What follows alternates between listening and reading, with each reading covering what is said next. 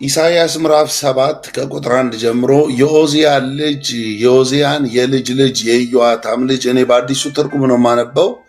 የኦዚያን የልጅ ልጅ የኢዮአታም ልጅ አካዝ የይሁዳ ንጉሥ በነበረበት ዘመን የሶርያ ንጉሥ ራሶንና የእስራኤል ንጉሥ የሮሜልዩ ልጅ ፋቁሔ ኢየሩሳሌምን ሊወጉ ወጡ። ነገር ግን ድል ሊያደርጓት አልቻሉም። ለዳዊት ቤት ሶርያና ኤፍሬም ተባብረዋል የሚል ወሬ በደረሰ ጊዜ የዱር ዛፍ በነፋስ እንደሚያናውጥ የአካዝና የሕዝቡ ልብ እንዲሁ ተናወጠ። እግዚአብሔርም ኢሳይያስን እንዲህ አለው፣ አንተና ልጅህ ሻርያሹብ አካዝን ለመገናኘት ወደ ልብስ አጣቢው እርሻ በሚወስደው መንገድ ወዳለ ወደ ላይኛው የኩሬ መስሎ ጫፍ ውጡ። እንዲህም በለው፣ ተጠንቀቅ፣ ተረጋጋ፣ አትፍራ። በእነዚህ ከእሳት ተርፈው በሚጤሱት በሁለት የእንጨት ጉማጆች በሶርያና በንጉሣ በራሶን እንዲሁም በሮሜልዩ ልጅ ቁጣ አትሸበር። ሶርያ ኤፍሬምና የሮሜልዩ ልጅ ሊያጠፉ እንዲህ ብለው ተማከሩ። ይሁዳን እንውረረው፣ እንበታትነው፣ ተከፋፍለን እንግዛው፣ የጣቤል ልጅን እናንግስበት። ልዑል እግዚአብሔር ግን እንዲህ ይላል፣ ይህ ምክራቸው አይፈጸምም፣ ከቶም አይደረግም። የሶርያ ራስ ደማስቆ፣ የደማስቆ ራስ ራሶን ነውና በ65 ዓመት ውስጥ የኤፍሬም ሕዝብ ይበታተናል፣ ሕዝብ መሆኑም ይቀራል። የኤፍሬም ራስ ሰማርያ፣ የሰማርያ ራስ የሮሜልዩ ልጅ ነው። እንግዲህ በእምነታችሁ ካልጸናችሁ ፈጽሞ መቆም አትችሉም። እንደገናም እግዚአብሔር አካዝን እንዲህ አለው፣ ከጥልቁ ጥልቅ ወይም ከከፍታው ከፍታ ምልክት እንዲሰጥ ከእግዚአብሔር ከአምላክ ለምን። አካዝ ግን አልለምንም፣ እግዚአብሔርንም አልፈታተንም አለ። ኢሳይያስም እንዲህ አለ፣ እናንተ የዳዊት ቤት ሆይ ስሙ፣ የሰውን ትዕግሥት መፈታተናችሁ አንሶ የአምላኬን ትዕግሥት ትፈታተናላችሁን? ስለዚህ ጌታ ራሱ ምልክትን ይሰጣችኋል። እነሆ ድንግል ትጸንሳለች፣ ወንድ ልጅም ትወልዳለች፣ ስሙን አማኑኤል ብላ ትጠራዋለች። አምላካዊ መልስ ለኢየሩሳሌም የሚል ርዕስ ሰጥቼዋለሁ። አምላካዊ መልስ ለኢየሩሳሌም። ኢየሩሳሌም የሚለው ውስጥ እንግዲህ እዚህ ውስጥ ኢየሩሳሌም ካለ ስሙን ያስገባ። አምላካዊ መልስ ለአሸናፊ፣ አምላካዊ መልስ ለኢየሩሳሌም የሚል ርዕስ ሰጥቼዋለሁ። እዚህ ውስጥ ወደ አዲስ ኪዳን ነው የምንሄደው። በዚህ የመጽሐፍ ቅዱስ ክፍል ላይ የምናየው የታሪክ ትዕይንት ወይም ክስተት የተፈጸመው የእስራኤል መንግስት ለሁለት ከተከፈለ በኋላ ነው። የእስራኤል መንግስት የሰሜኑ እስራኤል መንግስት አለ፣ እንደገና የደቡቡ እስራኤል መንግስት አለ። ሰሜንና ደቡብ። ሰሜኑ 10ሩን ነገድ በስሩ ያቀፈ ነው። ደቡቡ ደግሞ 2ቱን ነገድ በውስጡ ያቀፈ ነው። ይሁዳና ቢንያም በደቡብ አሉ። ከይሁዳና ከቢንያም ውጪ 10ሩ ደግሞ በሰሜን አሉ። የሰሜኑ እስራኤል መናገሻ ከተማ ሰማርያ ይባላል። የደቡቡ እስራኤል መናገሻ ከተማ ኢየሩሳሌም ትባላለች። ሰማርያና ኢየሩሳሌም፣ ሰሜን ሰማርያ፣ ደቡብ ኢየሩሳሌም። እንግዲህ ኢየሩሳሌም ይሁዳና ቢንያምን በውስጥ ያቀፈች ከተማ ናት። የደቡቡ ኢየሩሳሌም ይባላል እና ሰሜኑ በከፊል የሚያመልከው እንደ አሕዛብ ነው የሚያመልኩት። የሰው እጅ ሥራ ውጤት የሆኑ በእንጨት በብረት የተዋቀሩ በወርቅ በብር የተለበጡ አፍ እያላቸው መናገር ዓይን እያላቸው ማየት የማይችሉ የአሕዛብ አማልክቶችን በማምለክ ሴት ወንድ ልጆቻቸውን በቢላ እየቀሉ በእሳት አሳልፎ በመስጠት እግዚአብሔርን ለቁጣ የቀሰቀሰ ማህበረሰብ ነው የሰሜኑ እስራኤል ማለት ነው። ሰሜን እስራኤል ያለው እንደዚህ አይነት ህዝብ ነው። ከጊዜ በኋላ ባህር ከፍሎ ያሻገራቸውን፣ ከሰማይ መና ወርዶ ያበላቸውን፣ ከዓለት ውሃ አፍልቆ ያጠጣቸውን፣ ብዙ ተአምር ለቁጥር የሚከብድ ድንቆችን በመንገዳቸው ያደረገላቸውን እግዚአብሔርን ትተው ስም ይወጣላቸው አማልክቶችን በማምለክ እግዚአብሔርን ያሳዘነ ህዝብ ነው። የተለያዩ ነቢያቶች ይነሳሉ። እነዚህ ነቢያቶች በሰሜኑ እስራኤል መካከል የእግዚአብሔርን መልእክት ይዘው ይመጣሉ። የሚያቀርቡትን የንስሐን ጥሪ ሰምተው የሰሜኑ እስራኤል መመለስ አልቻለም። የሰሜኑ እስራኤል ለሰሙት ቃል ተመጣጣኝ ምላሽ በመስጠት በንስሐ መመለስ አልቻለም። ይልቁንም የተላኩ ለእግዚአብሔር የተሰየሙ የእግዚአብሔር ተብለው የተጠሩ ነቢያቶችን በመግደልና ግፍ በማድረግ እንደገና ለሌላ ቁጣ እግዚአብሔርን የቀሰቀሱ ህዝቦች ናቸው። ሰሜኑ ብዙ ጊዜ የሚጠራው ኤፍሬም እየተባለ ነው። የሰሜኑ እስራኤል ሌላው መጠሪያው ስሙ ኤፍሬም የሚል የነቢያቶች የምጸት ቃል አለ። ነቢያቶች ኤፍሬምን ይላሉ። ኤፍሬም ካሉ በነቢያቶች ትንቢት መጽሐፍ ኤፍሬም የሚል ካለ ሰሜን እስራኤል፣ ይሁዳ የሚል ካለ ደቡብ እስራኤል ወይንም ኢየሩሳሌም ነው። ስለዚህ ይሄ ነው። የደቡቡ እስራኤል ደግሞ እንደነ ሕዝቅያስ ያሉ በጣም እንደ ዳዊት በእግዚአብሔር ፊት ቅን የሆነውን ነገር በማድረግ አምላካቸውን ያገለገሉ ለቃሉ ታዘው ተገዝተው የኖሩ ነገስታቶች በነበሩበት ዘመን እግዚአብሔርን ያመልካሉ። ኢየሩሳሌም ላይ ያለው ደግሞ ሌላው ንጉሥ ሲነሳ ባዕዳን አማልክት ያመልካሉ። ሰኞና ማክሰኞ እንደ እስስት የሚቀያየር አይነት ባህሪ ደቡብ ላይ ያለው ኢየሩሳሌም የኢየሩሳሌም ህዝብ ወይም የይሁዳው ህዝብ እንዲህ አይነት ባህሪ ያለው። ሌላው የእግዚአብሔር ቃል እንደሚናገረው ኢየሩሳሌም አታላይቱ ይላታል። ሰማርያ ላይ ያለው ወይም ሰሜን ላይ ያለው የእስራኤል ህዝብ ደግሞ ከዳተኛይቱ ይላታል። ነቢያቶች ሲናገሩ ከዳተኛይቱና ሸንጋይቱ ወይንም አታላይቱ ይላታል። እንግዲህ የእስራኤል መንግስት ለሁለት ከተከፈለ በኋላ ባነበብነው በዚህ መጽሐፍ ቅዱስ ክፍል ላይ እንደምናየው አካዝ የሚባል በዳዊት ስርወ መንግስት ውስጥ በኢየሩሳሌም ንጉሥ ሆኖ የተነሳ አካዝ የሚባል ሰው ተነሳይ። አካዝ የሚባለው ሰው በነገሰበት ዘመን በሰሜኑ እስራኤል በሰማርያ ደግሞ የሮሜልዮ ልጅ ፋቁዌ ወይም ፋቁዌ የሚባል ሰው ንጉሥ ሆኖ ተነሳ። እነዚህ በሰሜን ያሉ እስራኤላውያን ከአሕዛብ ጋር ጋብቻን ፈጽሟል። በተለይ ቅርበት ካላት ሀገር ከደማስቆ ከሶሪያ ህዝብ ጋር ጋብቻን ፈጽሟል። ድብልቅ የሆነ ህዝብ ነው። ተዳቅለዋል፣ ተቀላቅለዋል። የሰሜኑ እስራኤል ማለት ነው። ስለዚህ የሰሜኑ እስራኤል ንጉሥ ፋቁሔ ይባላል። የይሁዳው ንጉሥ አካዝ ይባላል። ሁለቱም ነገስታቶች እዛና እዚህ ማሩ አሉ እና በዚህ ታሪክ ውስጥ አንድ ክስተት ተከሰተ። እሱም ክስተት ምንድን ነው? የአሦር ንጉሥ ቴልጌል ቴልፌል ቴልጌል ሶር የሚባል ቴልፌል ሶር በጣም ረጅም ስም ነው። የአሦር ንጉሥ ነው እና ይሄ የአሦር ንጉሥ ግዛቱን ለማስፋፋት ጦርነት ታወጀ። አንዳንድ ጊዜ አንዳንድ ሰዎች በኃይላቸው፣ በጉልበታቸው፣ በገንዘባቸው፣ በትምህርታቸው አቅም ላይ ይመኩና ሀገር ይወራሉ፣ ሌላውን ሀገር ይወራሉ። እና ምንድነው የተደረገው? በሰሜን ምዕራብ አካባቢ ሰሜን እስራኤልን ጨምሮ ደማስቆን፣ ሶሪያን ጨምሮ ራስ ገዝ የማድረግ ፍላጎት ያለው የአሦር ንጉሥ ቴልጌል ቴልፌል ሶር የሚባለው ንጉሥ ጦርነት ታወጀ። በዚህ የጦርነት ጊዜ ላይ እነዚህ የሶሪያው ንጉሥ ራሶን፣ የሰሜኑ እስራኤል ንጉሥ ፋቁሔ ለሁለት ሆነው ወደ ደቡቡ ወደ ኢየሩሳሌም ንጉሥ ወደ አካዝ መጡ። ወደ አካዝ የመጡት ለምንድን ነው?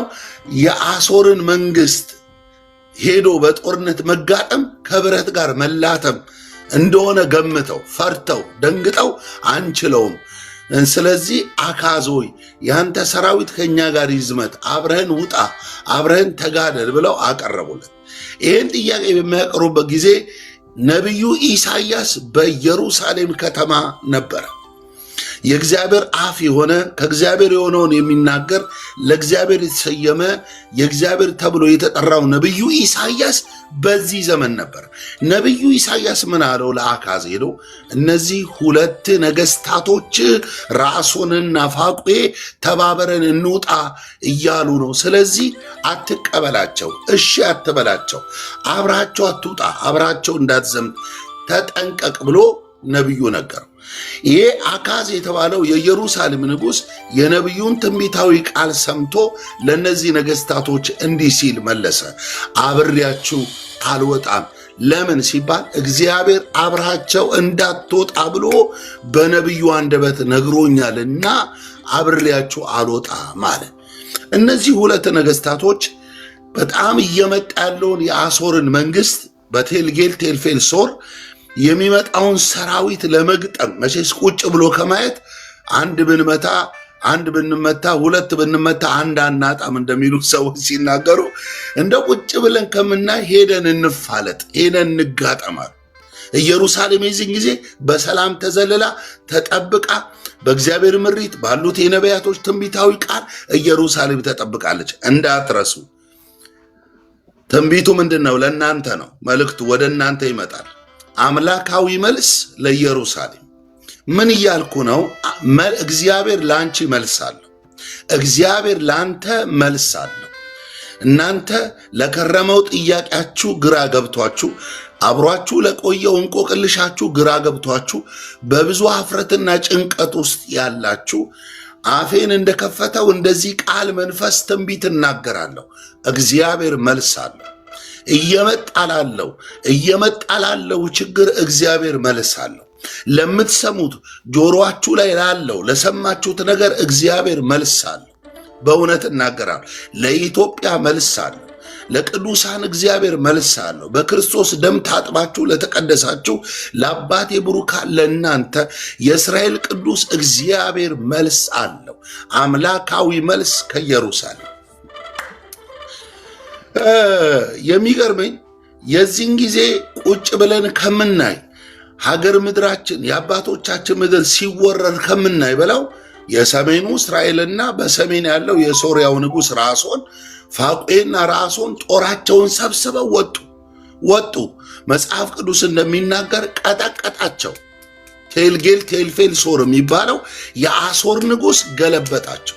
ይሄ እነዚህ አሦራውያን የሚባሉ ሰዎች ለ220 ዓመት ከ185 የዓለምን ክፍል ገዝተው ነበር።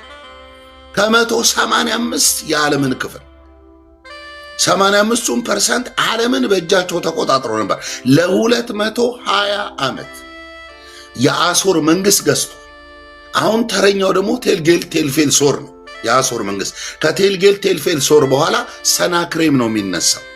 ዛሬ ግን የምናየው በቴልጌል ቴልፌልሶር በተነሳው በዛ ውዥንብርና ጦርነት የሰሜኑ እስራኤል የሰማርያው ንጉሥ ፋቁኤና የሶርያው ወይም የደማስቆ ንጉሥ ደግሞ ረአሶን ለሁለት ሆነው የአሦርን መንግሥት ገጠሙት።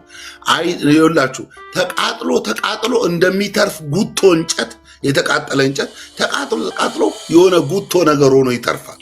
ልክ እንደዛ ቀጥቅጦ መሬታቸውን ወረሰ። እነዚህ ሁለቱ ነገሥታቶች በጣም ተቀጡ፣ በጣም ተወጉ፣ ተሸነፉ። ታዲያ ቁጭ አሉ። ቁጭ ካሉ ከሆኑ ዓመታት በኋላ ምን አሉ? ወደ ኢየሩሳሌም እንውጣሉ። ተመልከቱ፣ ወደ ኢየሩሳሌም እንውጣ፣ ግዛታችንን እናስፋ። ለምን? አሁን ለመኖሪያ ጠቧቸዋል። ከፍተኛ የመሬታቸውን እንትን ማነው ቴልጌል ቴልፌልሶር የሚባል የአሦር ንጉሥ መሬቱን ወርሶታል። ስለዚህ መሬት የለንም እና ምን እናርግ? ደቡቡን ኢየሩሳሌምን እንውረሳል። ለምን? ግዛታችን እናሰፋለን፣ ሰራዊታችን እናሰፍራለን፣ ከዛን ማነው የአሦርን መንግሥት ከምድራችን ነቅለን እናባራለን ብለው አሰቡና ወደ ኢየሩሳሌም። የኛ ሀገር ሰው ሲተርት እንደም የሰማሁት ቃል አለ። አህያውን ፈርቶ ዳውላውን እንደሚባል ከቴልጌል ቴልፌልሶር ከሚባል ከአሦር መንግሥት ጋር ያለውን ጦርነት ስለፈሩ እቺ ተዘልላ ቁጭ ያለችውን ኢየሩሳሌምን ለመንቀል መጡ። መጽሐፍ ቅዱስ ምን ይላል ሲናገር? እንዲህ ይላል፣ ይሁዳን እንውረረው። ይኸው ምክራቸውን ይሁን እንዲህ ብለው ተማከሩ ይላል። ይሁዳን እንውረረው አንድ በሉ፣ ከዛስ እንበታት ነው አሉ ሁለት በሉ፣ ከዛስ ተከፋፍለን እንግዘው አሉ፣ ከዛስ የጣቤል ልጅ እናንግስበት። 5 ምክር 5 አንቀጽ አወጡ። ረአሶንና ፋቁሔ የሰማርያው ንጉሥና የሶርያው ንጉሥ ኢየሩሳሌምን ለማጥፋት ፈለጉ። ማንን እናንግስ አሉ? ለእኛ ስትራክቸር የሚመች ለእኛ አገዛዝ የሚመች የጦብን ልጅ እናንግስ አሉ ይላል። የጦብን ልጅ ጦብ ማን ነው ካላችሁ፣ ጦብ ማለት ከሶርያና ከሰሜኑ እስራኤል የተዳቀለ ማህበረሰብ። አያችሁ፣ የኛ አይነት ሳምባ አለው፣ ለኛ ይተነፍሳል፣ ያልነውን ይሰማል፣ አድርግ ያልነውን ያደርጋል። ስለዚህ ለሁለት ሆነን ኢየሩሳሌምን የሁለታችን ራስ ገዝ እናድርግ። አሁን የሰማርያው ንጉሥ ፋቁሔ ማለት ለይሁዳው ንጉሥ ወንድም ነው። አሃ ምን ማለት ነው ወንድም? የአንድ አባት ልጆች ናቸው፣ የያዕቆብ ልጅ ናቸው። ምን እያደረጉ ነው? ከጊዜ በኋላ ወንድም በወንድሙ ላይ ተነሳ፣ ጉድጓድ ምሶ ቢላ ስሎ እሳት ጭሮ ኢየሩሳሌምን እንደ በሬ ቅርጫ እንደ ሽንት ጨርቅ በጣጥሰው ራስ ገዝ ለማድረግ እቺ ተዘልላ በሰላም የምትኖር ጭምት የሆነች ጨዋ ከተማ ሊገለብጧት፣ የንጉሥ የተባለችን ከተማ ሊያርሷት ፈለጉ። ይሄንን ሲመክሩ እግዚአብሔር ከሰማይ አየ። እግዚአብሔር አየ። እነሱ ቁጭ ብለው ቡና እያንቃረሩ በአንድ ዛፍ ጥላ ስር እንሂድና እንውረረው፣ ያዙልኝ፣ እንውረረው፣ ከዛስ እንበታት ነው፣ ከዛስ ተከፋፍለን እንግዛው፣ ከዛስ የጦብን ልጅ እናንግስበት ብለው ሲመክሩ እግዚአብሔር አየ። አንዳንዴ ተኝተን ስንነሳ የሞተ ሰው ያክል ነን አልጋችን ላይ። እነማን ምን እንደዶለቱ፣ ምን እንደመከሩ፣ ምን እንዳሰቡብን እኛ እናቅ። የሚያቅ ግን እግዚአብሔር አለ። የሚያይ እግዚአብሔር አለ ወገኖቼ። ምን እየተደረገ ማን ምን እያደረገ እንዳለ እግዚአብሔር ያውቃል። እግዚአብሔር ያውቃል። ፍትህ አጣው፣ ፍርድ አጣው፣ በብዙ ጭንቅ ውስጥ ነው ያለሁት፣ በብዙ ስቃይ ውስጥ ነው ያለሁት የምትሉ በእውነት እናገራለሁ፣ እግዚአብሔር ያያል። እግዚአብሔር ያያል። የሚገርመኝ የኢየሩሳሌም ንጉሥ አካዝ አንድ ወሬ ሰማ። ከጊዜ በኋላ ምን የሚል ወሬ ሰማ?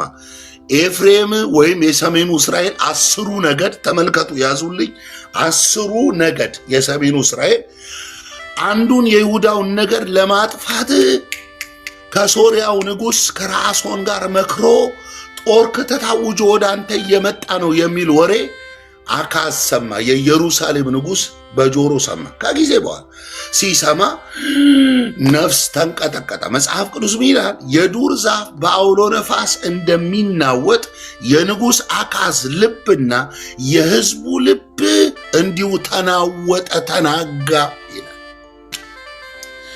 ኤፍሬም ማለት መውጫሽን የሚያውቅ ሰው ማለት ነው። ኤፍሬም ማለት አብሮሽ እንጀራ የቆረሰ ሰው ማለት ነው። ኤፍሬም ማለት አልጋሽን የተጋራ ቤትሽን የተጋራ የኔ የምትይው ሰው ማለት ነው።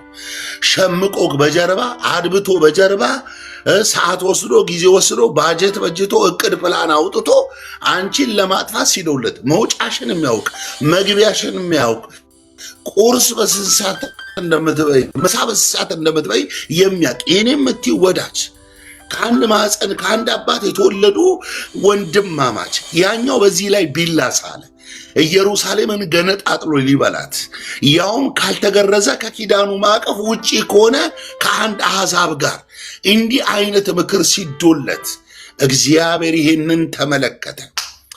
አና ፓርኬላዶና ማሳፓ እግዚአብሔር ግን ለኢየሩሳሌም መልስ ነበር። የዚህን ጊዜ ነቢዩ ኢሳይያስ እግዚአብሔር እንዲያሉ ሂድና ለንጉሥ አካዝ እንዲህ በለው፣ አንተና ልጅ ሻር ያሹብ ሂዱና በወንዝ ዳር ድሆች ተሰብስበው ልብሳቸውን በሚያጡበት ለንጉሥ በማይመጠን በዛ ወንዝ ዳር ተጨንቆ ሐሳብ ገብቶበት ፈርቶ ተደናግጦ ንጉሥ አካዝ ቁጭ ብሏል። አደለም ሁለቱ ነገስታት ተደምረው ቀርተው ወገኖቼ፣ አደለም በሰይፍና በጦር አይደለም በታንክና በክላሽ ወገኖቼ፣ ረአሶንና ፋቁሔ ያላቸው ሰራዊት እንደው አንድ ሁለት ብለው ሽንታቸውን ቢሸኑ ሽንታቸው ጎርፍ ሆኖ ኢየሩሳሌምን ይወስዳል። የኢየሩሳሌም እቺ የቡና ቁርስ የምታክል ትንሽዬ ከተማ፣ ትንሽዬ ስንዝር ማትሞላ ትንሽዬ ከተማ፣ ደቃቃ ከተማ ኢየሩሳሌምን ለማጥፋት ተነሱ። እንዲህ ብለው መክረዋል። እግዚአብሔር እንዲህ ይላል፣ አትፍራ ስለነዚህ ስለ ሁለት የእንጨት ጠለሸቶች። ምን ማለት ነው? ተቃጥለው ስለተረፉ ጉቶች በቴልጌል ቴልፌል ሶር በሚባል በአሶር ጦር ተቀጥቅጠው ስለተረፉ ስለነዚህ ሁለት ጉማጆች ልብ አይፍራ፣ አትደንግጥ። የእምነት አቋም አይናጋ፣ ስፍራ አትልቀቅ። በሰማው ነገር ሰምተ ልብ አይሸበር፣ ግራ አትጋባ አለው እግዚአብሔር። ግራ አትጋባ አለው እግዚአብሔር። እንዲህ ብለው መክረዋል። ምን ብለው ነው የመከሩት? እንውጣና ይሁዳን እንውረረው። እሺ፣ ከዛስ እንበታት ነው። ከዛስ ተከፋፍለን እንግዛው። ከዛስ የጦብን ልጅ እናንግስ። ለኛ ስትራክቸር የሚመች በል የምንለውን የሚል አድርግ የምንለውን የሚያደርግ ሰው በኢየሩሳሌም እናስቀምጥ፣ ኢየሩሳሌምን የሁለታችን ራስ ገዝ እናደርግ ብለው መክረዋል። እኔ ለማን እንደሆነ አላውቅም። በሆነ አጋጣሚ በሆነ አሳቻ ሰዓት ቁጭ ብለው ሲዶልቱ በእናንተ ሲመክሩ ሲፈተፍቱ ያደሩት ሴራና አመፅ እግዚአብሔር እንዲህ ይላል፣ አይጸናም ደግሞም አይሆንም አለ እግዚአብሔር። አይሆንም። መጽሐፍ ቅዱስ እንዲህ ይላል፣ በአንቺ ላይ የሚሰራ መሳሪያ አይከናወንም ይላል። አይሽ ይሰራል ግን አይከናወንም። እግሯ ይበጥ፣ ትዳሯ ይበተን፣ ልጇ መና ይሁን ብለው ይደግማሉ፣ ይመትታሉ።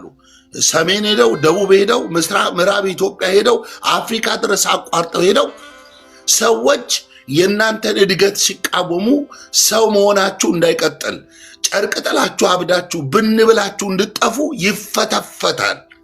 ይፈተፈታል። መሽቶ ይነጋልን ጥሩ ጸላዮች ስለሆነን አይደለም። ውለን ያመሸነው ጥሩ የጽድቅ ስታንዳርድ ስላለን አይደለም። በንጽጽር ሊቀርብ የሚችል የተሻለ የቅድስና ሕይወት ስላለን አይደለም። ያልጠፋነው ከእግዚአብሔር ምሕረት የተነሳ ነው። እግዚአብሔር ለኢየሩሳሌም መልስ ሲሰጥ ኢየሩሳሌም ከአሕዛብ ተለይታ አይደለም። አካዝ የሚባለው ንጉሥ በሁለተኛው ነገሥት ምዕራፍ 18 15 16 17 18 ስታነቡ ሁለተኛ ነገሥት ላይ ይሄ አካዝ የሚባለው ንጉሥ ልጆቹን ለአማልክቶች ያረደ ንጉሥ ነው። የኢየሩሳሌም ንጉሥ እንደ እግዚአብሔር ለምንድን ነው በዚህ ልክ ጨቂታ በኃጢአት አረንቋስ ገብታ የሌለ ውድቀት ውስጥ ያለችውን ኢየሩሳሌምን ለምንድን ነው እግዚአብሔር የሚንከባከበው? ለምንድን ነው ኢየሩሳሌምን እግዚአብሔር የሚጠብቀው? ምን ጉዳይ ያለው ከኢየሩሳሌም ጋር? ምን ማለት ነው? አይገርማችሁ? ኢየሩሳሌም መኩራራት አትችልም። እኔ በጽድቄ በቅድስናዬ በጾም ጸሎቴ መስዋዕት ሰውቼ አምልኬው አክብሬው ማለት አትችልም። ልክ እንደ ሰሜኑ እስራኤል እንደ ፋቁ እንደ ሰሜኑ ደግሞ ራሶን እንደ ሶርያው ንጉሥ ራሶን የኢየሩሳሌም ንጉሥ በተመሳሳይ ኃጢአት ውስጥ ወድቋል፣ አመፅ ውስጥ ወድቋል። ለምንድን ነው ታዲያ እግዚአብሔር ኢየሩሳሌምን በዙሪያዋ የእሳት አጥር የሆነው? ለምንድን ነው በመካከሏ ክብር የሆነው? እንዴ የተለየ ህይወት የለንም እኮ። በአብላጫ የእግዚአብሔርን የጽድቅ ጥም ሊያረካ የሚችል የጽድቅ ባህሪ የለንም እኛ። የእኛ ጽድቅ የመርገም ጨርቅ ነው። ምን ያክል ብንወደድ ነው በዚህ ልክ ታሳቢነትን ያገኘ ነው? የመንግስቱ ወራሽ የመንግስቱ አምባሳደር የሆንሽው በምን አቅምሽ ነው? ኢየሩሳሌም እንዴት ተወደደች?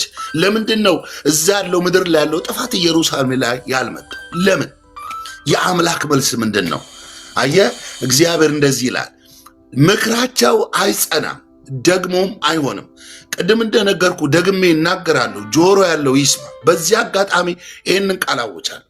ቁጭ ብለው ስማቸውን እያነሱ እየፈተፈቱ እየጎነጎኑ ሴራ ሲሸርቡ ያደሩት ነገን በተስፋ እየጠበቁ ሰልፍ ጠርተው ክተት አውጀው እንዳራሙቻ ሊነቅሏችሁ ቤት ትዳራችሁን ለማፍረስ የሚጥሩ ዱካችሁን የሚከተሉ መንገዳችሁ ላይ የሚቆም በእውነት እናገራለሁ፣ እግዚአብሔር ምክራቸው አይሆንም ብሏል።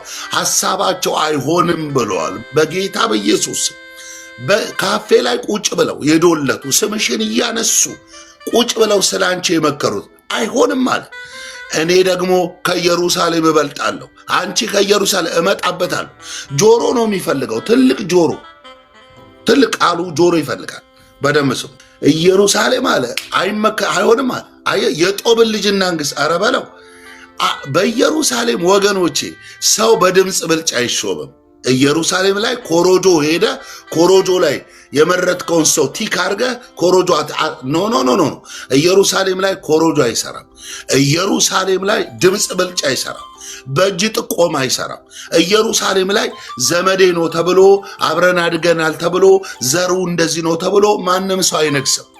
ኢየሩሳሌም ከመሬት ተነስቶ አምሮኛል ብሎ ደስ ብሎኛል ብሎ ከመሬት ተነስቶ ማንም አይነግስም። እናንተ ታውቃላችሁ፣ የአባቴ ብሩካን እናንተ ታውቃላችሁ። አንደኛው ነገሥት ምዕራፍ 1 ላይ የሰለሞን ልጅ ማን ነው? የዳዊት ልጅ አዶንያስ ንጉሥ እሆናለሁ ብሎ ተነሳ ይላል። አውላላ ሜዳ ላይ እስራኤልን ጠርቶ የጦር አለቆችን፣ አበጋዞችን፣ መኳንቱ መሳፍንቱን ጠርቶ ጮማ አርዶ ወይን እያራጨ አዶንያስ ነገሰ በሉ ይላል። አዶንያስ ነገሰ ያስብል። መቼስ ዘንድሮ በበላ ነው። ሰው ሲበላ ያወራል። በቃ ካበላው ያወራል። እና ህዝቡ በሙሉ ከበሮ እየመታ ነው። የዚህን ጊዜ ዳዊት አይኑ ከማየት ደክሞ ፈዟል ይላል። ወይንም ታውሯል አይኑ ከእርጅና ብዛት። ንጉሥ ዳዊት ታውሯል። ሰማይ ማን ነው የሚነግሰው ብለዋል? ሰለሞን ነው ብለዋል። ሰማይ ያለው እግዚአብሔር የተናገረው ሰለሞን ይነግሳል ነው። ምድር ግን እያስተጋባች ነው። ማን ይነግሳል እያለች አዶንያስ። አያችሁ፣ ሰማይ ያለው ሌላ ነው፣ ምድር እያደረገች ያለው ሌላ። ሰማይ እግዚአብሔር ሥላሴ ምን ብሏል? ሥላሴ አብ ወልድ መንፈስ ቅዱስ ሰለሞን ይነግሳል ብሏል። ምድርስ ጮማ እየበላ አዶንያስ ነገሰ፣ እልል በሉ አዶንያስ ነገሰ፣ አጨብጭቡ እየተባለ ነው። ድብልቅልቅ ወጥቷል። የዚህን ጊዜ የእግዚአብሔር ቃል እንደሚናገረው ወገኖቼ፣ ይሄ በመሰለኝ አይደለም፣ በደሳለኝ አይደለም። ለመሆን ፈልገ የማትሆንበት ህይወት ክርስትና ነው። ስትደረግ ትሆናለህ እንጂ ለመሆን ፈልገ አትሆንም። ማንም ሰው ከመሬት ተነስቶ ነብይ መሆን አይችልም። ሐዋርያ መሆን አይችልም። ወንጌላዊ መሆን አይችልም። ስትደረግ ነው የምትሆነው። መጽሐፍ ቅዱስ መረጣቸው፣ ሐዋርያ ብሎ ሾማቸው ይላል። የመረጣቸው እሱ፣ የሾማቸው እሱ ነው። እሱ ካልመረጠ፣ እርሱ ካልሾመ በሆነ አቋራጭ ብልጣብልጥ ሆኖ ማንም ወንበር ላይ መቀመጥ አይችልም ማለት ነው። አይችልም። እና አዶንያስ ነገሰ እየተባለ ዳዊት ከእናቱ ከቤርሳቤ ወይንም ከሚስቱ ከቤርሳቤ ከሰለሞን እናት መረጃው ደረሰው። ልጄት ይነግሳል ብላ አልነበረም እንዴ አለችው። እና ሰለሞን አዎ እሱ ነው የሚነግሰው፣ ያው እግዚአብሔርን እሱ ነው እግዚአብሔር ያለው ሰለሞን ነው አለው። ሰለሞን ታዲያ አዶንያስ እኮ ሜዳ ላይ ህዝቡን ጠርቶ እያበላ ወይን እያራጨ ችርስ እያሉ ጮማ እየቆረጠው አዶንያስ ነገሰ እኮ እየተባለ ነው በሉ አለ። አንተ ያኔ ዳዊት ካልጋው ላይ ብድግ አለ። ዳዊት ብድግ አለና ሰለሞንን ጥሩልኝ፣ ልጄን ጥሩልኝ አለ። አይገርማችሁ? በነዛ አሽከሮች ፊት በነበንያስ ፊት በእጅግራቸው የሚሮጡ ትንሽ የጦር ኃይሎች አሉ፣ ከዳዊት ጋር አብረው የነበሩ ጥቂት። እነዛን ሰዎች ጠርቶ ሰለሞንን ቆቡን ደፋለትና አንተ በዚች ምድር ላይ ንጉሥ ነህ በሉ፣ ከጊዮን ጀምራችሁ ሰለሞን ነገሰ በሉ። ሰለሞን ነገሰ የሚለው ህዝብ ቁጥር ጥቂት ነው፣ ግን መሬቱ ተንቀጠቀጠ። አንተ የጥቂቱ ህዝብ መሬት አንቀጠቀጠው። ሰለሞን ነገሰ የሚለው ቃል ምድሪቱ ተንቀጠቀጠች፣ ተርገበገበች። መሃል ሜዳ በመናገሻ ከተማ በኢየሩሳሌም ላይ ወገኖቼ ህዝብ ተሰብስቦ አዶንያስ ነገሰ እያለ ጮማ እየቆረጠ የነበረው ህዝብ ተበተነ። እግሬን አውጪኝ። ምን አስፈራው አትልም? ሰለሞን ነገሰ የሚለው የመለኮት ሐሳብ ያለው ሰለሞን ላይ፣ የእግዚአብሔር ፕሮግራም ያለው ሰለሞን ላይ። ስለዚህ በኢየሩሳሌም ማንም ሰው አይነግስም። እነዚህ ሰዎች ምን አሉ? የጦብን ልጅ እናንግሳሉ። ኧረ እባክህ የጦብ ልጅ እግዚአብሔር መሲሐዊ ትንቢቱን ለመፈጸም የዳዊት ቤት ዘር ግንድን ጠብቋል፣ ከልሏል። ያልተቀላቀለ ያልተደባለቀ የሰው እጅ የሌለበት ብልጣብልጥ ሆኖ በሰው ግፊት በዘመድ በአብሮ መወለድና በአብሮ ማደግ ሰበብ ማንም ወንበር ላይ አይቀመጣትም። እግዚአብሔር ያለው ነው የሚቀመጠው። መሲሐዊ ትንቢት መጠበቅ አለበት። ትንቢቱ መጠበቅ አለበት። እዚህ ኢየሩሳሌም ላይ እግዚአብሔር እያደረገ ያለው ከመሲሁ አንጻር ነው፣ ከሚመጣው ኢየሱስ አንጻር ነው። እመጣለሁ፣ ጆሮ ይፈልጋል ይህ ትንቢት። እመጣለሁ ወደ እናንተ እና ይገርማችኋል። ይገርማል። በጣም ነው የሚገርመኝ። ከዛ እግዚአብሔር ምን አይነት አምላክ እንደሆነ የጦብን ልጅ እናንግስ ብለው መክረዋል አለ። እንስበረው፣ እንበጣጥሰው፣ እንከፋፈለው፣ እንግዛው ብለዋል። ስለዚህ ምክራቸው አይጸናም፣ ደግሞም አይሆንም አለ። አያችሁ፣ አይጸናም፣ አይጸናም። እንኳን የጦብ ልጅ ይሄ የተደቀለ ዲቃላው ቀርቶ የዳዊት ልጅ አዶንያስ ራሱ አልነገሰም። እግዚአብሔር ያልመረጠው አልነገሰም እንዴ! አረረረ እንዴ! እንደውም እኮ ከጦብ ልጅ ይልቅ የዳዊት ልጅ አዶንያስ በጣም ቅርብ ነው። ለኢየሩሳሌም ቅርቡ እሱ ነው። አረረረ እግዚአብሔር ነቀለው። እግዚአብሔር ነቀለው አልኩ እኮ። አዶንያስን እንደ ቲማቲም ነው ፍርጥ ያደረገው። ይህ ነው ደም አይቻልም። ልባችን ለታረደው ለክርስቶስ ኢየሱስ ተሰጥቷል። በልባችን ሰገነት ላይ የነገሰ አንድ ንጉሥ አለ። አማራጭ የለውም። የሚከተል ሁለተኛ የሌለው ንጉሥ የናዝሬቱ ኢየሱስ ነው። እርሱ በቤተልሔም ተወለደ። ለኢየሩሳሌም 9 ኪሎ ሜትር ርቀት ላይ ባለች ቤተልሔም ተወለደ። ኢየሩሳሌም ማለት ቤተልሔምን ጨምሮ ቤተሳይዳን ጨምሮ ያለው ከተማ ኢየሩሳሌም ነው የሚባል። አያችሁ እና ኢየሱስ የተወለደው እዛው ኢየሩሳሌም። ኦኬ። አሁን ደግሞ ያደረው አንቺ ውስጥ ነው፣ አንተ ውስጥ ነው ያደረው። ወይኔ ያሺ አንቺ ውስጥ አንተ ውስጥ ነው ያደረው። ያ የተወለደው ጌታ ኢየሱስ እንዲህ አለ፣ በእኔ የሚያምን አለ፣ በእኔ የሚያምን እኔና አባቴ በእርሱ እንኖራለን። በእርሱ ውስጥ ወይንም በእኔ ውስጥ። ስለዚህ እኔ ውስጥ የአባቴ እርግማን አይሰራም እምለው ለዚህ ነው። የእናቴ እርግማን ሰው አቧራ እየበተነ ስሜን እያነሳ ማሳቀያ ቦታ ሄዶ ቢያሳቀል አይሰራም። ለምን? እኔ ውስጥ ኢየሱስም ገብቶ ሰይጣንም ገብቶ መስራት አይችልም። እኔ ውስጥ ያለው ኢየሱስ ነው። ብርሃን ይብራ ያለ፣ በጨለማ ላይ ብርሃን ይብራ ያለ የብርሃናት አምላክ እግዚአብሔር፣ በእርሱ መንግሥት አምባሳደር፣ የንጉሥ ካህናት፣ የእግዚአብሔር ወገን፣ ልዩ ሕዝብ ተብለን የተጠራን የንጉሥ ካህናቶች ነን። እኛ በደሙ ታጥበን የተቀደሰ ልጆቹ ነን ወገኖቼ።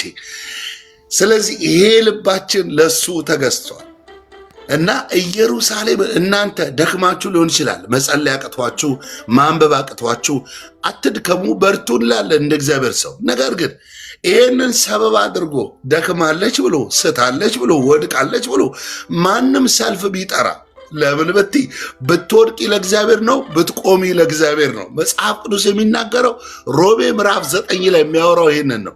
ቢወድቅ ለእግዚአብሔር ቢቆም ለእግዚአብሔር ነው ይላል። አያችሁ። ስለዚህ እግዚአብሔር አይፈቅድም።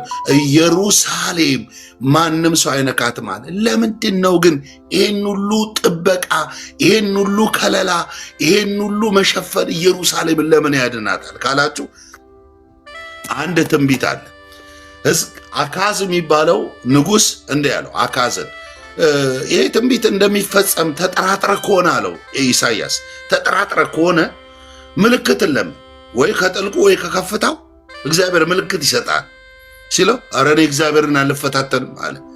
የሕዝቡን ልብ ሲያይ ግን እናንተ የእስራኤል ልጆች እግዚአብሔርን መፈታተናችሁ አንሶ፣ ሰውን መፈታተናችሁ አንሶ እግዚአብሔርን ደግሞ ትፈታተናላችሁን? በሉ እንግዲህ እግዚአብሔር ራሱ ምልክት ይሰጣችኋል። ምንድን ነው ምልክቱ? ኢየሩሳሌም እንደማትጠፋ። የመጣው ሰራዊት በመጣበት መንገድ አለም፣ በ7 መንገድ ይበትነዋል። ምሎና ዝቶ ቢላ ስሎ ሳትጭሩ አንተን የከበበ ደጅን የጠና መንገድ ላይ ቆመ። ኃይሉን አስተባብሮ በቁጥር ጨምሮ ቀስቱን ወድሮ ፍላጻውን ይዞ የመጣብን እግዚአብሔር በ7 መንገድ ይበትናቸው። ያ በኢየሩሳሌም የተወለደው ኢየሱስ በአንቺ ውስጥ አለ እና ሰይጣን ሊመክር ይችላል። ሰዎቹን ሰብስቦ ወንዝ ዳር ቢች ዳርቻ ላይ ሰብስቦ እንግደለው እናጥፋው ብሎ ሊመክር ይችላል። ምክሩ አይጸናም። ባካችሁ አትፍሩ። በዚህ ምድር ላይ የምትኖሩ የአባቴ ብሩካን አትፍራ ነው ያለው። አትደንግጥ ነው ያለው። አትንቀጥቀጥ፣ አትጨነቅ አለው። ስፍራ አትልቀቅ አለው እግዚአብሔር። አትፍራ። እንዲህ ብለው መክረውብሃል፣ ምክራቸው አይጸናም። ምልክቱ ምንድን ነው አለ? ድንግል ጎሽ የኔ የተጻፈችው ምልክቱ ይሄ ነው።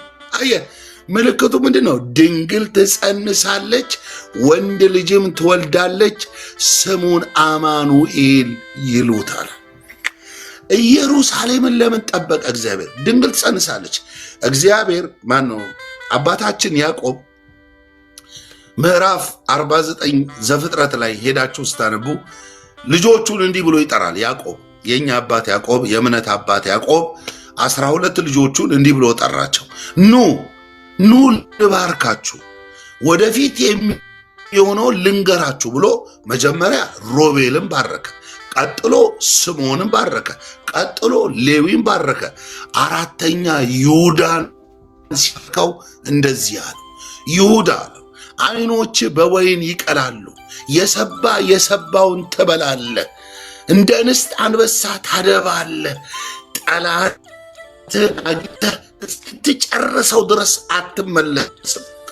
አንተ አለ እጅግ ደስ ላይ ይበረታሉ አለው።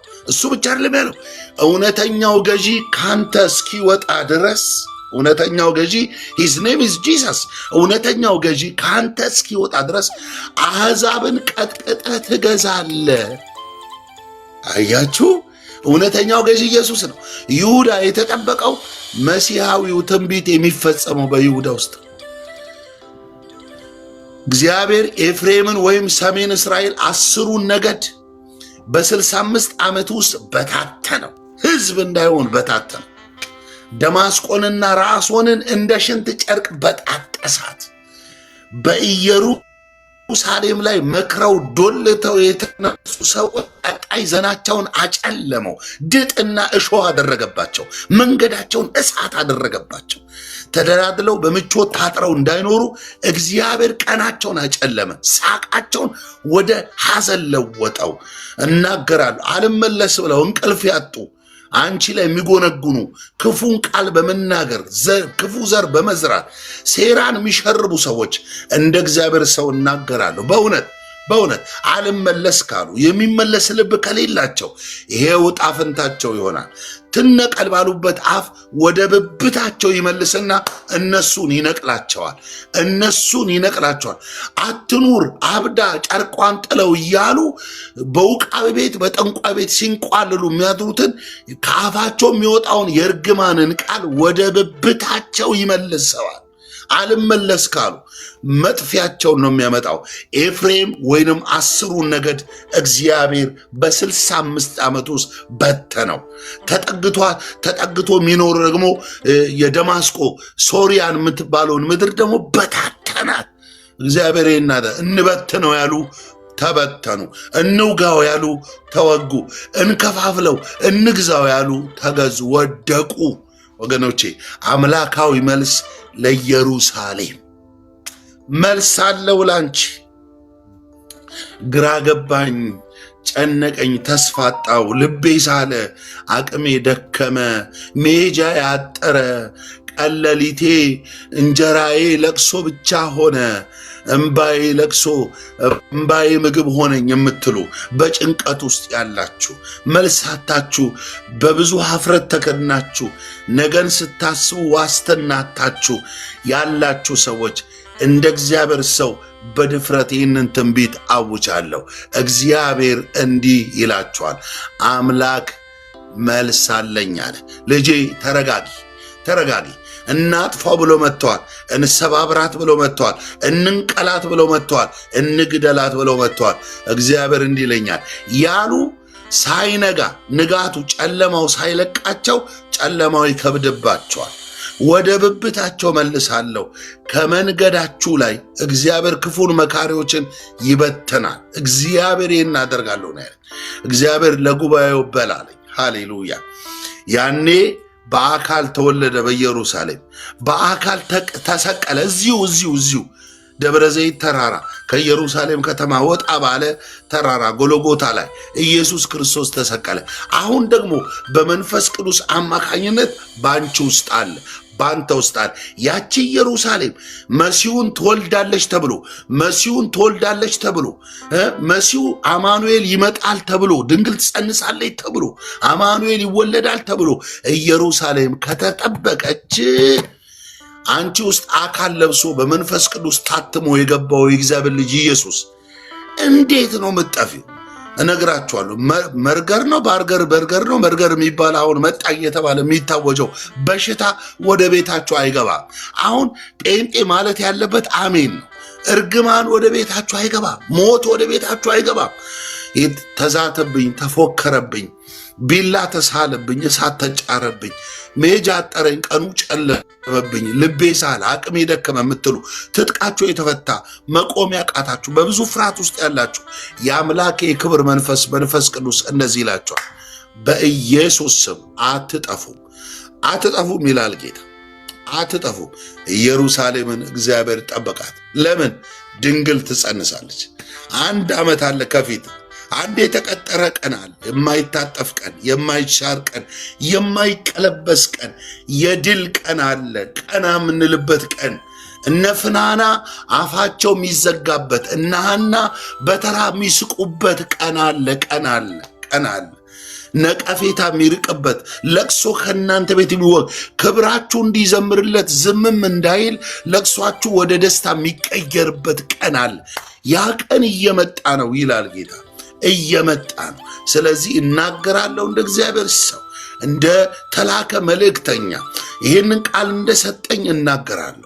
ለኢየሩሳሌም እግዚአብሔር መልስ አለኝ ይላል። ለዚህ ጉባኤ መልስ አለኝ ይላል። ሃሌሉያ! እግዚአብሔር መልስ አለው። ሮሜ ምዕራፍ 11 ላይ እንደዚህ የሚል ቃል አለ። ክብር ለአማኑኤል ይሁን። ሃሌሉያ! ሮሜ ምዕራፍ 11 ላይ እንዲህ ይላል። እኔ በአዲሱ ትርጉም ነው የማነበው። እንደዚህ የሚል ቃል አለ። እንግዲህ እግዚአብሔር ሕዝቡን ተዋቸውን? ያውም አንዴ ሲለው ጣዖት እያመለከ አንዴ እግዚአብሔርን እያመለከ ተዋቸው ወይ?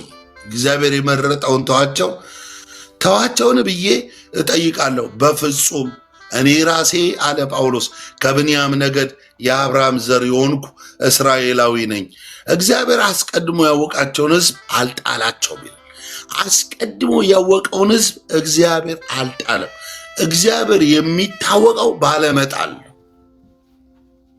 ጋምሽን ቆጥረው ሳር መዘው ስምሽን እያጠለሹ እንደ ማስቲካ እያላመጡ ለሰዳቢና ለመሳቂያ አሳልፈው እየሰጡ ሰዎች በዚህ ልክ ገፍተው ሊጥሉ ይችላሉ። እግዚአብሔር ግን አይጥልም። አይጥልም።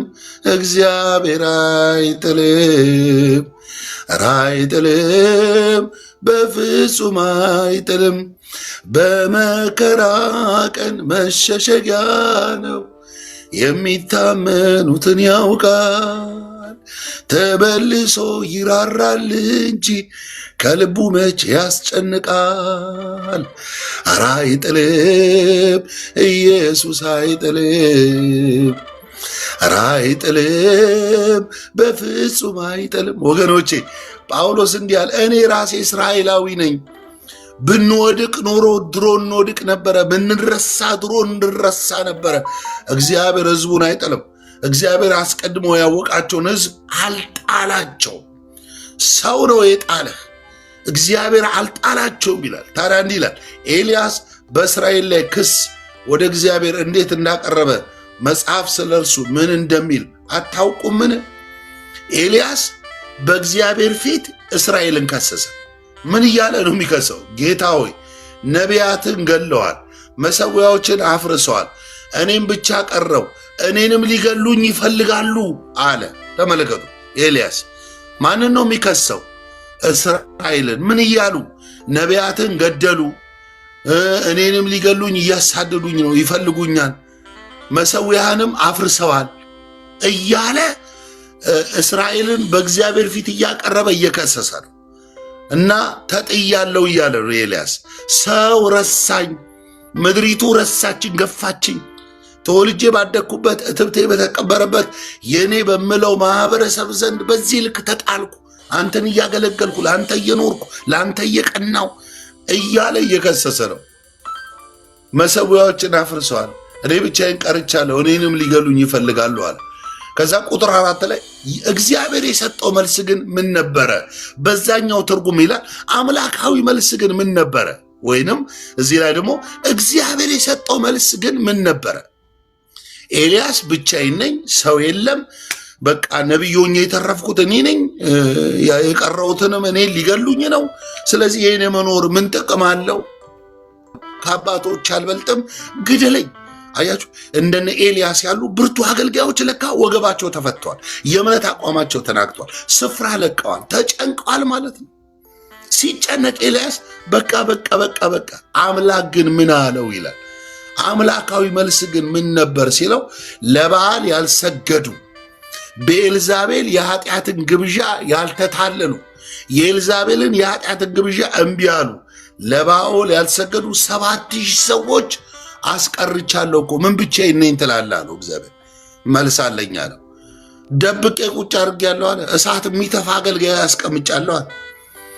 እግዚአብሔር ሰው የለህም ወይ እንዴ? ሰው አለቀ እኮ፣ ነቢያቶች ተገደሉ፣ እኔንም ሊገሉኝ ነው እያለ ሲከስ አምላካዊ መልስ ምን አለው? እግዚአብሔር መልስ አለው። እንደ ኤልያስ ጭንቀት ውስጥ ያላችሁ ከእግዚአብሔር ቤት ከቤተ ክርስቲያን ከሚታየው ከሚሰማው ነገር ልባችሁ የተሸበረ በጭንቀት ውስጥ ያላችሁ ከምትኖሩት የግል ሕይወት አንጻር ነፍሳችሁ የታወከ በኤልዛቤል አይነት ዛቻ ሸሽቶ ራሱን ገንዞ ግደለኝ ይል እንደነበረ ተስፋ በመቁረጥ ሸለቆ ውስጥ የገባችሁ ነፍሳችሁ የተመረረ ጭንቀት ውስጥ የወደቃችሁ አረ እግዚአብሔር መልስ አለ። የእውነት እናገራለሁ፣ እግዚአብሔር መልስ አለው። እግዚአብሔር መልስ አለው። ይኸው በዚህ ጆሮ የሰማሁት ቃል እንድናገራችሁ አፌ ላይ የተቀመጠው ቃል መናገር ስለቻልኩ አይደለም የምናገረው። መጽሐፍ ቅዱስ አቤቱ የምናገረውን ቃል ስጠኝ ስለው የሰጠኝ ቃል ይሄ ነው። ምን ልበላቸው አልኩት፣ እኔ መልስ አለኝ አለ። እናንተ ቢላ አትሳሉ፣ እናንተ እንደነሱ ጉድጓድ አትማሱ፣ እነሱ በተነሱበት ክፋት አትነሱ፣ ችግሩን ለማጣፋት ሌላ ችግር አትቀስቅሱ፣ ሌላ እሳቱን ለማጥፋት ቤንዝል አታርከፍክፉ። እናንተ ዳር ቁሙ፣ ወደዛ ሁኑና ጸልዩ። እግዚአብሔር መልስ አለው። በዚህ ሳምንት ውስጥ ለአንዳንዶቻ የሚመልሰው እግዚአብሔር የሚመልሰው መልስ አለ። ክብር ለጌታ። እግዚአብሔር መልስ አለው። አምላካዊ መልስ ለኢየሩሳሌም በሴት ልጆችህ በወንድ ልጆችህ እግዚአብሔር አካል በሆነችው ቅድስት ቤተ ክርስቲያን ላይ ሲሸረብ የሚውል ሴራ፣ ሲዶለት የሚውል ምክር አንተ አይተሃል። አይጸናም ደግሞም አይሆንም እንዳልክ በእህቶቼ በወንድሞቼ በቅዱሳን ልጆች ላይ የተመከረ የአመፅ ምክር የክፋትን ምክር በኢየሱስ ስም አፍርሻለሁ። ጓደኛዬ ብለው ባስጠጉት፣ ባልንጀራዬ ብለው ባስጠጉት፣ ቤተሰብ ነው ዘመድ ነው አውቀዋለሁ የአንድ ሀገር ልጅ በሚል ሰበብ ባስጠጉት እየተማሰ ያለ የሞት ጉድጓድ፣ ደም ሊያፈስ ያለ ሰይፍ በኢየሱስ ስም አፈርሳለሁ። ባላወቃችሁት ስውር በሆነ አቅጣጫ ስውር በሆነ አጋጣሚ እናንተን ሊያጠቃ እናንተን ጠልፎ ሊጥል የተዘጋጀ እግራችሁን የሚከተል እናንተን የሚከብ የሚዞር በእናንተ መንገድ ላይ የሸመቀ የጨለማ መንፈስ በኢየሱስ ክርስቶስ ስም አፍርሻለሁ። በናዝሬቱ ጌታ በኢየሱስ ስም አፍርሻለሁ። አጋንንትን አፍርሻለሁ። ጨለማን አፍርሻለሁ። በኢየሱስ ስም ስልጣን አፍርሻለሁ። ድንግል ስለምትጸንስ ኢየሩሳሌም አትጠፋም። እናጥፋ ብለው መጥተዋል። እንሰባብረው ብለው መጥተዋል። እንውጣ ተከፋፍለን እንግዛ ብለው መክረዋል። ምክራቸው ግን አይጸናም ደግሞም አይሆንም ብለዋል ጌታ። ኢየሱስ ጌታ ነው። ለምን? ድንግል ትጸንሳለች። አንድ የተቀጠረ ቀን አለ። መሲሁ ይወለዳል። ሃሌሉያ! መሲሁ ይወለዳል። ድንግል የምትጸንስበት ጊዜ፣ ድንግል የምትወልድበት ጊዜ አለ። ያ መሲህ የሚመጣበት ጊዜ። ስለዚህ ኢየሩሳሌምን እናጥፋ ሲሉ ይሁዳን ሊያጠፉ ነው። ይሁዳ ከጠፋ መሲሁ የሚመጣበት ዘር ይጠፋል። ስለዚህ ይሄ ጦርነት የማ ጦርነት ነው አለ እግዚአብሔር? የኔ ጦርነት ነው አለ። እነግራችኋለሁ ዛሬ በምተኙበት በዚህ ምሽት ጀምሮ፣ በዚህ ሌሊት ጀምሮ እግዚአብሔር ጦርነቱን ለመዋጋት ሰልፍ ጠርቷል፣ መላእክትን ጠርቷል። እነግራችኋለሁ የመጡ በሰባት መንገድ ይበተናሉ። ሰም በእሳት ፊት እንደሚቀልጥ በአፉ በሚወጣው ትኩሳት እግዚአብሔር ያቀልጣቸዋል። በእውነት እናገራለሁ፣ እንደ ብቅ ይበተናሉ፣ እንደ ጢስ ይበናሉ። በኢየሱስ ክርስቶስ ስም የአባት የእናት እርግማን ሰብሮ ለመግባት የሚቋምጥ የጨለማ ጉልበት እግዚአብሔር ሰብሬአለሁ ይላል። ሰብሮ ደጃችሁን ሰብሮ ዙሪያችሁን ሰብሮ ለመግባት የሚፈልግ የሞትን ኃይል በጌታ በኢየሱስ ስም እግዚአብሔር ከልክሏል። እግዚአብሔር መልሳለሁ። አምላክ መልሳለሁ። አባትየው ልጁን ይዞ እየሄደ ነው መስዋዕት ሊሰው። ልጅየው አባዬ አለ። አቤት ልጄ እነሆኝ አለው። እነሆ በራችን ላይ እኮ ብዙ ጊዜ የምትሰዋው ጊደር ነው፣ ኮርማ ነው የምትሰዋው፣ በግ ነው፣ ፍየል ነው የምትሰዋው። ዛሬ ደግሞ የምንሰዋበት ቦታ ምንድን ነው? በግ እኮ አልያዝንም። እንጨቱን ይዘናል፣ ቢላውን ይዘናል፣ እሳቱን ይዘናል። ልጁ ውስጥ የተፈጠረ ጥያቄ አለ። አባትየው ይሄንን መልስ ይሄ ለዚያ አለ። ሃሌሉያ! እግዚአብሔር የመስዋዕቱን በግ ያዘጋጃል። መልስ አለ። እግዚአብሔር ያዘጋጃል። አንተን ከበሰበሰ ሰው ሆነ ልትወጣ ከማትችልበት ከሞተ ማህፀን አንተን ካወጣ እግዚአብሔር የመስዋዕቱን በግ ያዘጋጃል። በእውነት እናገራለሁ፣ እግዚአብሔር መልስ አለው። በኢየሱስ ስም ፈውስ እንዲሆን ጸለይኩኝ። ተአምራት እንዲሆን ጸለይኩኝ። ጥያቄያቸው ተመለሰ። እንቆቅልሻቸው ተፈታ። ቀንበሮኑ የከባበደ ዓመታት የቆጠረ ጊዜያትን የወሰደ እናንተን የተወዳጀ ቤታችሁን የተጋራ በስም የምትጠሩት የምታውቁት ችግር ከበር ደጃችሁ ላይ ተነቀለ። ከሕይወት ምዕራፋችሁ ተነቀለ። በኢየሱስ ስም ተነቀለ። በጌታ በኢየሱስ ስም ተነቀለ። በናዝሬቱ ጌታ በኢየሱስ ክርስቶስ ስም ተነቀለ። ለሚያምን ጸልያለሁ። በኢየሱስ ስም ተነቀለ። ያ የተወለደው ድንግል የወለደችው ኢየሱስ በአንቺ ልብ ውስጥ አድሯል። በእኔ የሚያምን እኔና አባቴ በእርሱ እንኖራለን። ኢየሩሳሌም ካልፈረሰች አንቺም አትፈርሽም፣ አንተም አትፈርስም። እነግራችኋለሁ፣ አያፈርሷችሁ። በእውነት ትቆማለህ፣ ትጸናለህ። መድኃኒት የሌለው በሽታ ሰው እያወራለት በጣም እየፈራ እየተጨነቀለት ያለው ችግር ወደ ቤትህ አይገባም። አምላካዊ መልስ ለኢየሩሳሌምን በተመለከተ የእግዚአብሔር መልስ ይሄ ነው። እኔ የምመልሰው አለ ድንግል ስለምትጸንስ ነው። ሕዝብን ለማዳን ሕጉ ሊያድን አልቻለም። ሕጉ ሊያጸድቀን አልቻለም። ሕጉ ወደ እግዚአብሔር ሊያቀርበን አልቻለም። ሕጉ የእግዚአብሔርን አይነት ጽድቅ አምጡ ነው ያለን። እኛ ከየት እናምጣ? ሕጉ የጠየቀንን የጽድቅ ሕይወት በመኖር የእግዚአብሔርን የጽድቅ ጥም ልናረካ አልቻልንም። አንድ የሚወለድ ሕግን የሚፈጽም መስቀል ላይ ተፈጸመ የሚል አማኑኤል ይወለዳል። አማኑኤል ስለሚወለድ ኢየሩሳሌም አጠፋም። እኔ ውስጥ ኢየሱስ አለ። ሟርት አያጠፋሽም፣ ድግምት አያጠፋሽም፣ ጥንቆላ አያጠፋም። ሰፈር መንደር ላይ ያለ ሚሽካካ የጨለመው መንፈስ አሰራር አያጠፋም። ኢሉሚናቲ በለው ባፎሚት 66 አሁን ሊመጣ ያለው የአውሬው ግሳት ጩኸት በኢየሱስ ስም አንጠፋም። ምክንያቱስ ኢየሱስ እኛ ውስጥ አለ።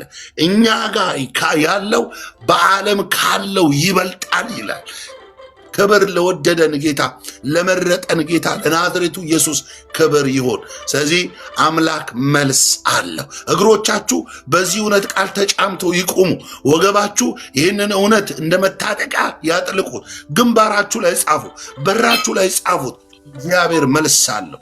በፍርሃት ውስጥ ያላችሁ፣ በጭንቀት ውስጥ ያላችሁ፣ ግራ በመጋባት ውስጥ ያላችሁ እግዚአብሔር እንዲህ ይላችኋል፣ እኔ መልስ አለኝ ይላቸዋል። እግዚአብሔር መልስ አለው። ለወደደን ጌታ ለአማኑኤል ለእግዚአብሔር ልጅ ለኢየሱስ ክብር ይሁን። አሜን። ክብር ይሁን። አሜን። ሃሌሉያ።